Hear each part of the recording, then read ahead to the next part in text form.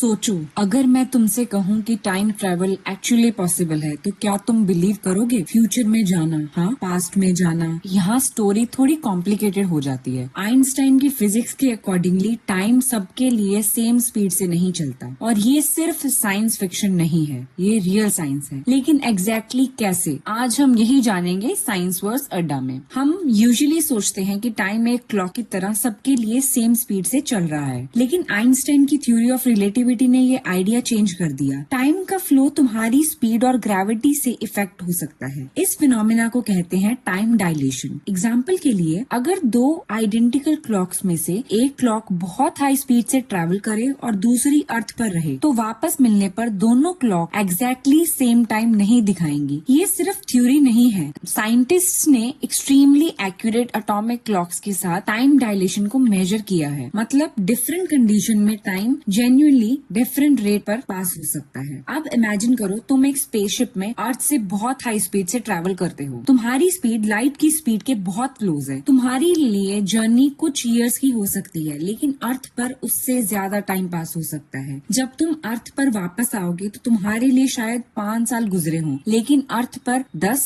20 या थ्योरेटिकली उससे भी ज्यादा टाइम पास हो सकता है, depending on how extreme the journey is. तुमने टेक्निकली फ्यूचर में ट्रैवल किया और ये फिजिक्स की लॉज के अकॉर्डिंगली पॉसिबल है, लेकिन एक प्रॉब्लम है, वो है लाइट की स्पीड अप्रोक्सीमेटली 3 लाख किलोमीटर पर सेकेंड है। हमारी करंट टेक्नोलॉजी किसी ह्यूमन स्पेसशिप को लाइट की स्पीड के क्लोज नहीं ले जा सकती है, इसलिए ये प्रैक्टिकल टाइम मशीन अभी हमारे पास नहीं है। अब आता है और भी क्रेजी पार्ट, सिर्फ स्पीड ही नहीं, ग्रेविटी भी टाइम को इफेक्ट करती है। जितनी स्ट्रॉन्गर ग्रेविटी, उतना स्लोअर टाइम का passage relative to region with a weaker gravity. Black holes के पास ये इफेक्ट एक्सट्रीमली स्ट्रॉन्ग हो सकता है। अगर तुम एक ब्लैक होल के पास सेफ डिस्टेंस पर ट्रैवल करो और फिर अर्थ पर वापस आओ, तो थ्योरेटिकली अर्थ पर तुमसे ज्यादा टाइम पास हो सकता है। मतलब तुम्हारे लिए कुछ टाइम, अर्थ के लिए मच लॉन्गर टाइम। ये बेसिकली फ्यूचर टाइम ट्रैवल का एक फॉर्म है। लेकिन ब्लैक होल के पास जाना ऑब्वियसली कोई नॉर्मल वेकेशन प्लान तो नहीं है। लेकिन अब सबसे बड़ा क्वेश्चन, क्या हम पास्ट में ट्रैवल कर सकते हैं? आंसर है, हमें पता ही नहीं है। फिजिक्स में कुछ मैथमेटिकल आइडियाज हैं, जैसे वर्म होल्स और क्लोज्ड टाइम लाइक कर्व्स, जो theoretically unusual time travel possibility suggest करते हैं। लेकिन हमने कोई यूजेबल वर्म होल डिस्कवर नहीं किया है अभी तक, और ये भी नहीं पता कि नेचर एक्चुअली पास्ट में ट्रैवल करना अलाउ करती भी है या नहीं। Past time travel famous problems create करता है। फॉर एग्जाम्पल, अगर तुम पास्ट में जाकर अपनी ही एग्जिस्टेंस को इम्पॉसिबल बना दो, तो फिर तुम पास्ट में गए कैसे? इसे कहते हैं ग्रैंडफादर पैराडॉक्स। साइंटिस्ट्स के पास इस पैराडॉक्स के पॉसिबल एक्सप्लेनेशंस हैं, लेकिन अभी तक कोई कंफर्म्ड टाइम मशीन नहीं है। तो क्या टाइम ट्रेवल पॉसिबल है फ्यूचर में? फिजिक्स के अकॉर्डिंगली तो यस। एक्चुअली टाइम डायलेशन की वजह से tiny amounts of future time travel already real physics का पार्ट है, लेकिन पास्ट में जाना अभी साइंस के पास कोई प्रूवन मेथड नहीं है इसका। और शायद यूनिवर्स का सबसे इंटरेस्टिंग मिस्ट्री यही है, टाइम सिर्फ एक क्लॉक पर चलने वाली चीज नहीं है, टाइम खुद स्पेस और ग्रेविटी के साथ कनेक्टेड है। अगर आपको ऐसे माइंड ब्लोइंग साइंस वीडियोस पसंद हैं, तो साइंस वर्स अड्डा को सब्सक्राइब करें और कमेंट में बताओ, अगर टाइम मशीन मिल जाए तो तुम फ्यूचर में जाओगे या पास्ट में? मिलते हैं नेक्स्ट वीडियो में। Thank you.